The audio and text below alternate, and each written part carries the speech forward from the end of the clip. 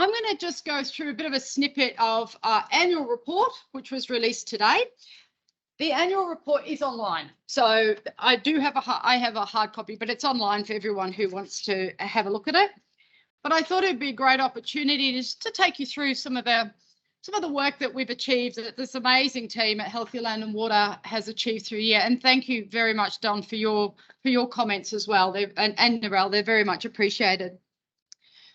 So last year was the final year, I suppose. Last financial year was the final year of our current strategic plan, and we're pleased to report that despite some very trying years of drought, disaster-scale flooding, and a global pandemic, Healthy Land and Water successfully delivered hundreds of projects. And I'll touch on some of those in a minute. So the quantity and the scale of the projects continues on a strong trajectory of growth, which is testament to the commitment of our funders, our partners, our collaborators, and the communities in which we live and work, and many represented here today. And we offer our sincere thanks for your ongoing support and your commitment. So this year, our team worked with some 3,696 stakeholders on over 134 projects, accounting for $17.7 million in revenue. So if you put that in perspective, look, 6 years ago, we were sitting at around that 9 to 10 million. I now have a team of 65 working at Healthy Land and Water.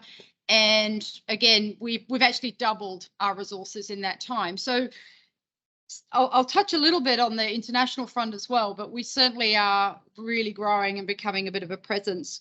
But that's really important, right? So one of the key things that I always say, and that we say that we have one sort of shareholder, or if you like, one really big stakeholder, and that's the environment.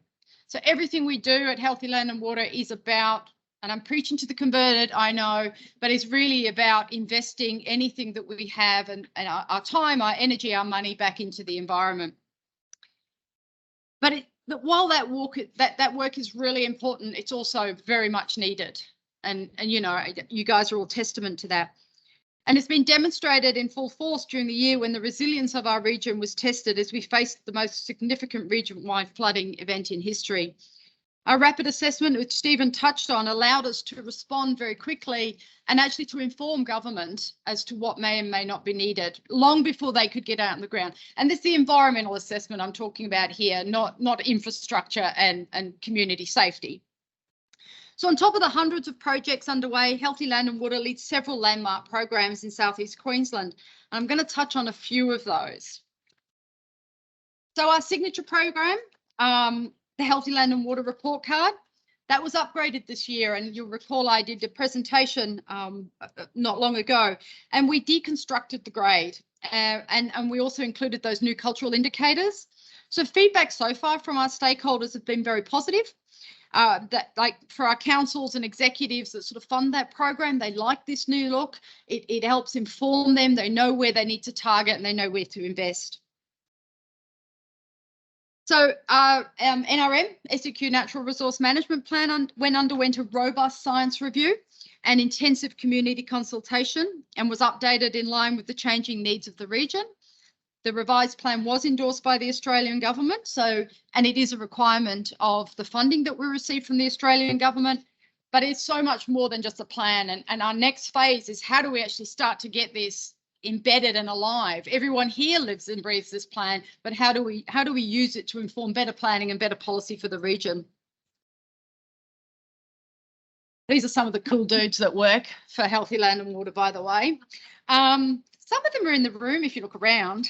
So the monitoring program's been reimagined, as we mentioned, through an extensive consultation and review, and we actually asked our stakeholders to assess that report card against how we're doing. So we gave our program a report card itself, and that helped inform where we need to go as time and money permits and what trajectory we need to take. But it continues to evolve, and I'll touch on a couple of things that are happening as well, and I'll get to it. So work has begun building on that pilot. So how do we actually start to integrate the report card, the NRM plan, the EHMP, or Ecosystem Health Monitoring Program? The moment we call that future card. but it is evolving quite rapidly. And just as recently as last week, Andrew, our Chief Operating Officer, presented the next phase of some really cool work. It's a model which is based on key threats and solutions, helps actually inform where money is best invested for koala conservation. So the model's in its really early beta phase. Even though we pried it out of QUT to let us put it on the international, it was actually on the world stage. But what it helps us do is with that model and the themes and that we're using will actually help inform how do we actually stretch it out to other iconic species and other areas that are of threatened habitat. So it's the base for the next steps. Our successful Signature Fire program, the Queensland Fire and Biodiversity Consortium, is being rolled out statewide now. So I'm not sure how many of you are aware of that.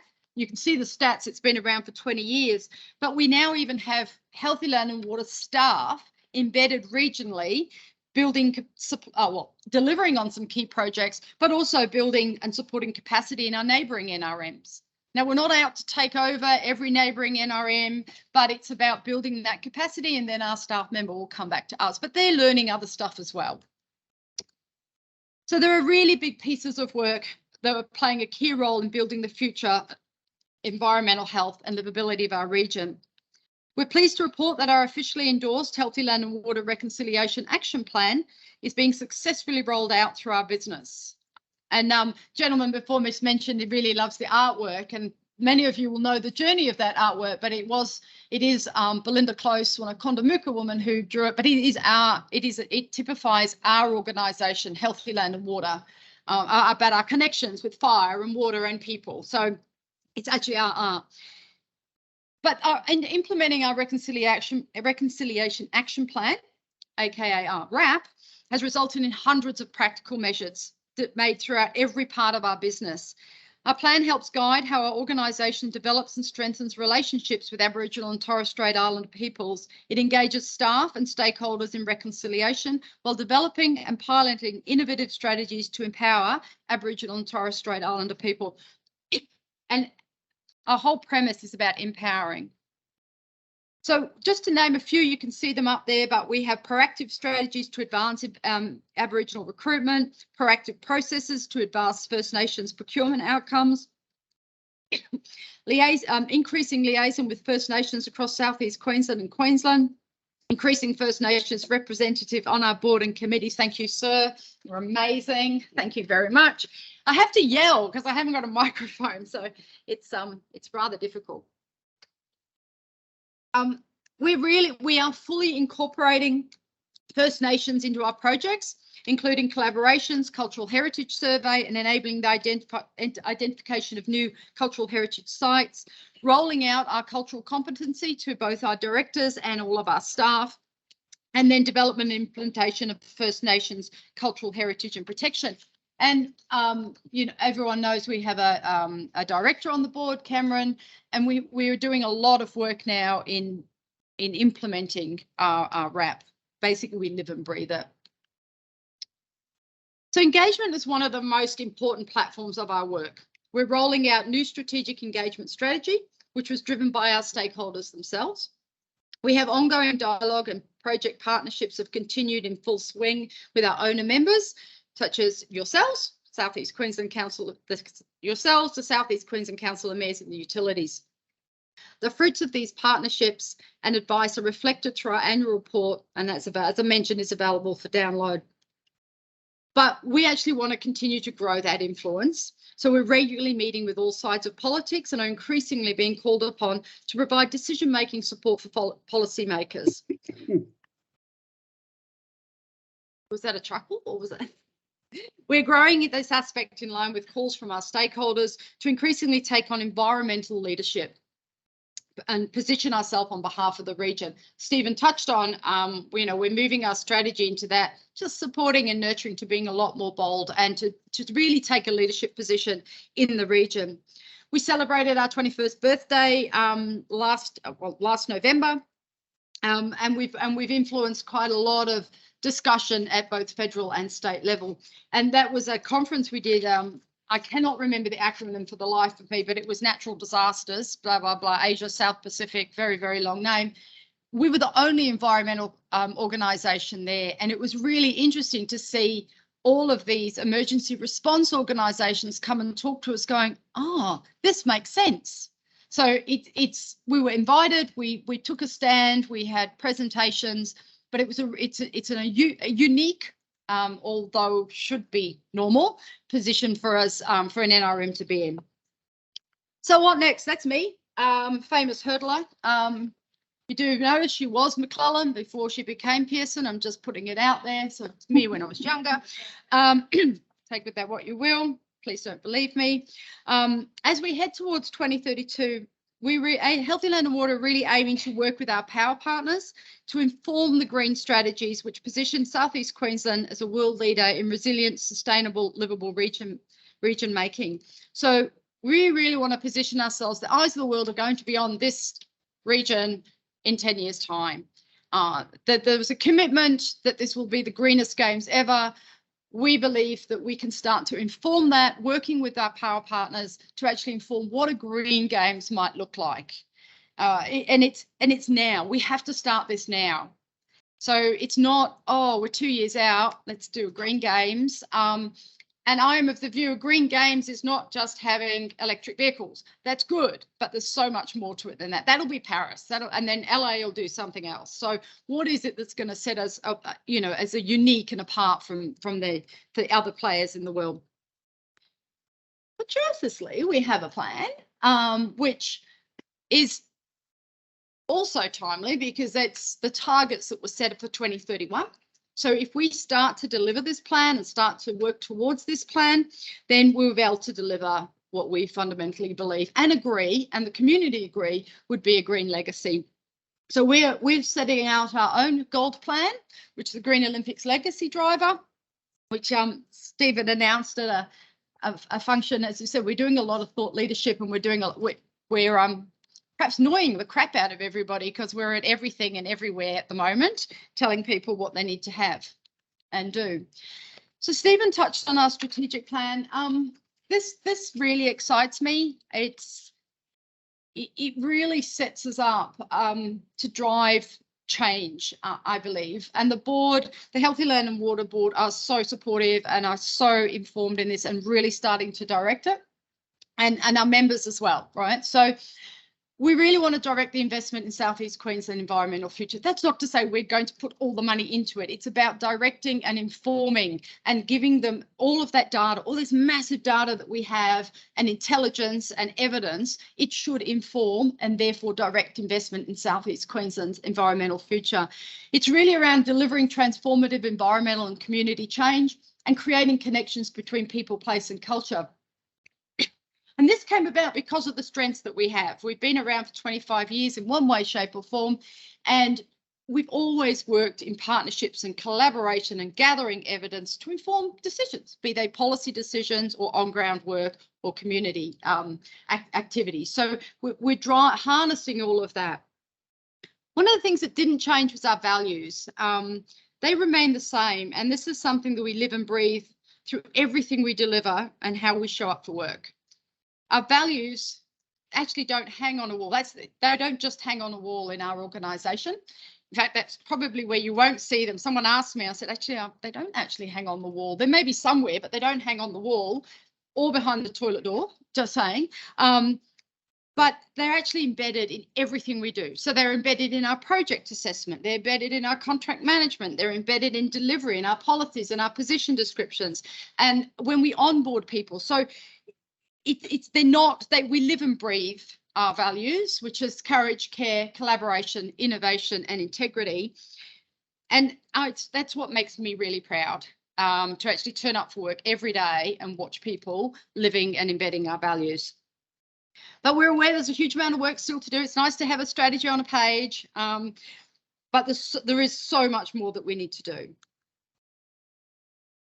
So I've probably gone through that already. One of the ways we deliver it is through OKRs, which are objectives and key results. So this is how we cascade our plan down to all of our staff. So they all roll up and deliver on the 3 key objectives that I went through. And these are the KPIs that the board have set me over the it's a 5-year horizon, but over those 5 years, which takes us from strength to find. So this year we've been baselining ourselves, for want of a better word. Let's get everything in place, be it business systems, project management, IT. Then we're looking at that bold innovation. So what are those next steps that we take? And then that future leading. So where are we so we can lead into the future? So some of the things are delivering community support framework, delivering strategies, as I mentioned, towards a sustainable green games, being that go-to and advocate in Southeast Queensland around environment, and many, many more. So all of these are cascaded down to the staff. So over the coming year, we're going to actively be seeking to bring a broad array of influences across the region. This is where our strategy is starting to take a turn. So this is not just preaching to the converted and bringing everybody that we know knows us along. It's how do we actually get into the hearts and minds of those that are still sort of scratching their heads a little bit around the boardroom going, how do I manage climate risk? What does that look like? What can I do? I've got a great ESG strategy. How do I actually start to implement it? What are the strategies? And we're going to be there going, here we are, we're here to help. So it's actually about building those unique, we call them power partners, but those unique partnerships outside of our current partnerships to start to drive investment into Southeast Queensland environment. You'll be familiar with this. This was our roadmap to resilience. I did mention that Andrew and I have been, Andrew and I have been at an international forum recently, and one of that was actually sharing our experience about the future, what the future state needs, right? And over the 3 days, we participated in panels. We talked about environmental markets. We talked about what we had. We ran a workshop. We brought in key actors and players from around the globe to support us. And so it was really, really fruitful in stepping out there and learning what others are doing. Rest assured, everyone is grappling with the same thing. But all of a sudden, that 30 years of climate change is coming warning apparently snuck up on us in 30 years, and now everyone's like, what do we do? Oh, sorry. You know, so we didn't know that was coming. Bang, it hit you in the back of the head. So this is we are not alone, but I really want to be able to position us and Southeast Queensland as leaders in this space. So I need you all on my side to do that. So this is just some of the amazing people. I'm going to close just with a couple of slides. I really do count myself very fortunate to be surrounded by a team of dedicated, passionate, skilled and committed board, staff, network of collaborators. I count you all as that too. There's a lot of work that we still need to do. And I think together, as Stephen touched on, together we are stronger. So I'd like to acknowledge and thank my board, and in particular my chairman, Stephen Robertson. I have had about 4 hours sleep in the last 3 days, so just bear with me. It's a long haul flight back from Europe. It's just that commitment to Healthy Land and Water and their faith and support in me that makes this such a great organisation to lead. And I have their support. You know, to my amazing executive team, thank you. We work so well together. Our values are aligned and we collectively strive to get the best out of collaborators, partners and our staff to really lead the change needed. And I actually would like to thank, there's quite a few of the staff here, but not all of them. As I said, there's 65. I'd like to thank each and every one of the wonderful team at Healthy Land and Water. They work tirelessly to ensure our natural assets are preserved and enhanced and continue to advocate, innovate, adapt and deliver whatever it takes to ensure we drive transformative environmental change for future generations to thrive. And I love this. I'd say that creating a real legacy is going to take leadership. It's going to take effort. It's going to take commitment. It's going to take collaboration, trust and accountability. And I'd say it's the only way we are actually going to create a legacy. And it's those partnerships that make it really work. So I do believe that it's the actions we choose or choose not to make over the next 10 years will determine the fate of our planet for the next 1,000 years. So I put it out there to all of you. We have to act now and we have to continue to work together as we have been doing. We're all on the same song sheet and we can really drive change.